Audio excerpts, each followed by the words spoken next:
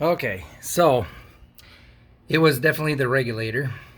I kind of found out a way to tell. You know, when I showed earlier with the gauge and it was slowly going down, now that I got the new regulator in, it just drops down to 0 as soon as I turn it off.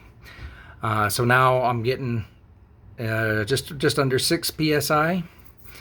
I might adjust it just a little bit more. I need to see exactly what the Holly takes. I think the Holly said it likes the around 5.5 to 7 psi.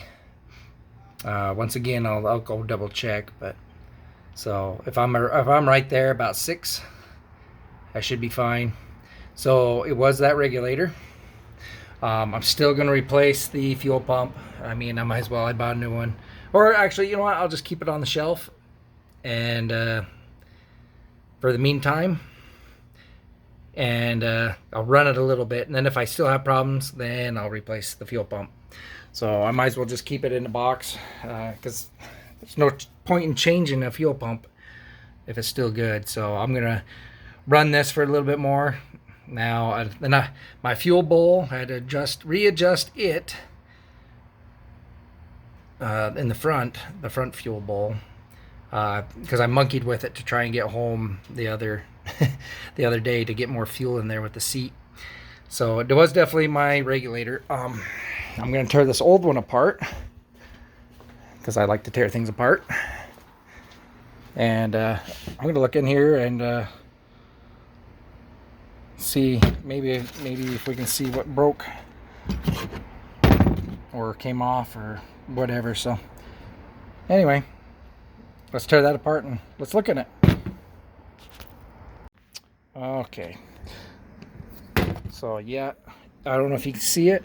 There's a hole right there, but it has like a little indent right there. Anyway, there's a tiny little hole. And like right up in there.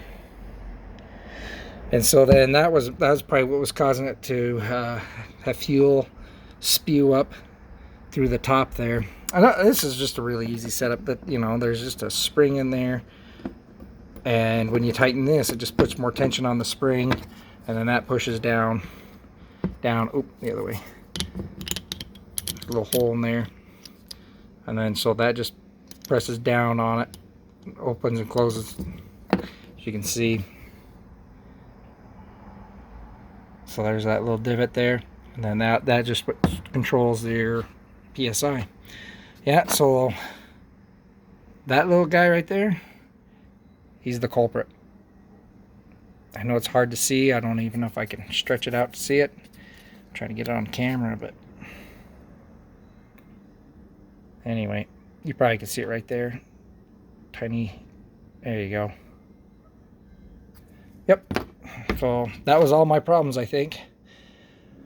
So I'll just keep this on the shelf just in case. I mean, won't hurt anyway. I mean, with inflation, that thing might be $600 in a couple of months.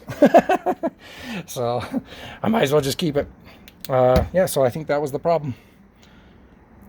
Okay, well, thanks guys for watching, and like I said, I'll start driving around and see if I have any more issues. So, all right.